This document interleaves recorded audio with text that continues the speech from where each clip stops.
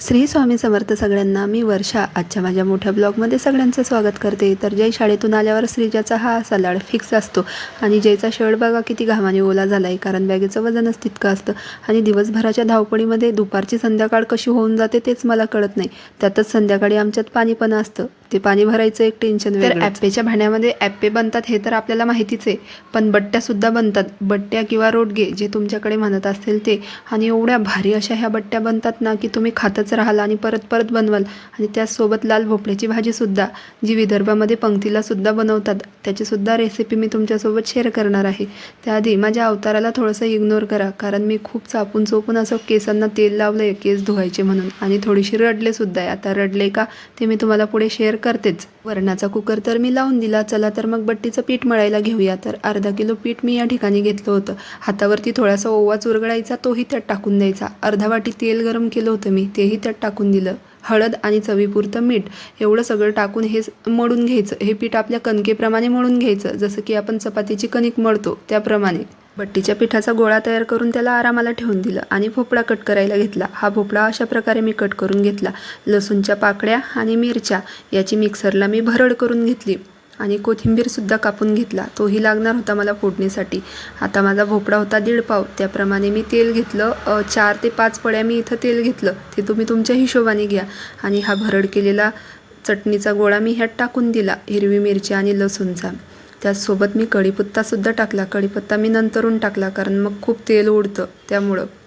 आणि हा चांगला परतून घेतला मसाला. हा मसाला थोडासा असा काही झाल्यावरती मग त्यात कोथिंबीर टाकून द्यायचा. कोथिंबीर पण चांगला हलवून घेतला. एवढी भारी अशी टेस्ट येते ना या भाजीला कोथिंबीर एवढ्या की कायच सांगू. त्यापेक्षा मी तुम्हाला काहीच सांगत नाही, पण ही रेसिपी तुमच्या घरी तुम्ही एकदा नक्की ट्राय करून बघा. तुमच्या घरातल्यांना तुम्हाला ही भाजी नक्की आवडेल. ना कांदा ना कुठलं झंझट अशी ही भाजी बनते. तर परतलेल्या मसाल्यामध्ये मी धुवून घेतलेला भोपळा, भाजीमधलं पाणी पूर्ण आटून द्यायचं. पाणी मी पावभाजी मॅशरने चवीप्रमाणे मॅश करून घ्यायची. झाकण ठेवून अवघ्या 15 ते 20 मिनिटात ही भाजी आपली शिजून तयार होते बघा. आणि मॅश केल्यानंतर परत 5 मिनिटं या भाजीला शिजू द्यायचं. मग शिजल्यानंतर अशी काही ही भाजी आपली तयार होते आणि खायला पण खूप टेस्टी लागते. आता एकीकडे भाजी तर एकीकडे वरण, असे दोन्ही पदार्थ माझे एक सोबतच तयार झाले. चला तर मग घेऊया आपल्या बट्ट्या वळवायला. तर व्हिडिओमध्ये दाखवल्याप्रमाणे ही अशी हातावर मी पारी तयार करून घेत असते. तुमची कुठली वेगळी पद्धत असेल तर तुम्ही त्याप्रमाणे करू शकता. नंतर मी तिला मस्त तेल लावून खाली ठेवून देते आणि खाली ठेवल्याच्या नंतर तिचे जे काठ आहे ते असे आतमध्ये घेऊन घेते.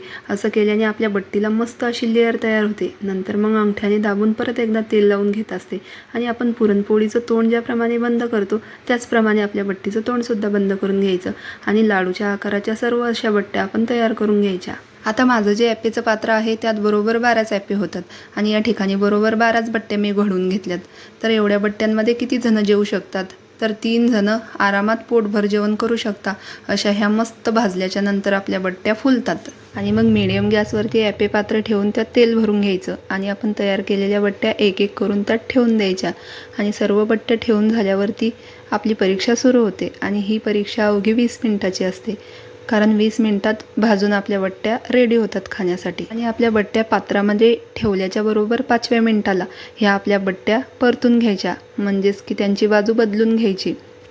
बट्ट्यांची बाजू बदलताना एक काळजी आवर्जून घ्यायची बघा, तेल उडतं आपल्या हातावरची, तेवढं एक काम काळजीने करायचं. ह्या बट्ट्यांसोबत आहे ना एक प्रकारे आपल्याला फुगडीच घालायची आहे. सतत आपल्याला ह्या अशा गोल गोल फिरवत राहायच्या आहे, जेणेकरून त्या सर्व बाजूनी चांगल्या भाजल्या जातात. आणि एवढ्या खरपूस आणि एवढ्या छान अशा ह्या बट्ट्या होतात ना खायला, की मी तुम्हाला काही सांगूच शकत नाही. तुम्ही एकदा बनवून बघा, म्हणजे तुम्हाला कळेल की ह्या बट्ट्या खरंच किती छान होतात. आपण तळूनच्या ज्या बट्ट्या करतो आणि आपण गवऱ्यांवर भाजूनच्या ज्या बट्ट्या करतो त्यापेक्षा काही पटीनं ह्या बट्ट्या खूप सुंदर लागतात. आपल्या मधल्या ज्या 3 बट्ट्या असतात त्यांना गॅस जास्त लागतो, म्हणून त्या आजूबाजूने टाकून घ्यायच्या आणि आजूबाजूच्या मध्ये टाकून घ्यायच्या. बरोबर 10-12 मिनिटे गोल गोल फिरवल्याच्या नंतर आपल्या बट्ट्यांचा रंग हा इतका मस्त दिसू लागतो. आणि हो, मी का रडले हे तुम्हाला सांगायचंच राहून गेलं बघा. तर व्हिडिओच्या सुरुवातीला तर तुम्ही माझ्या मुलांना बघितलंच. त्यात माझी मुलगी श्रीजा नुकतीच 1 वर्षाची झाली आत्ता. तर ती संध्याकाळचा मला इतका त्रास देते.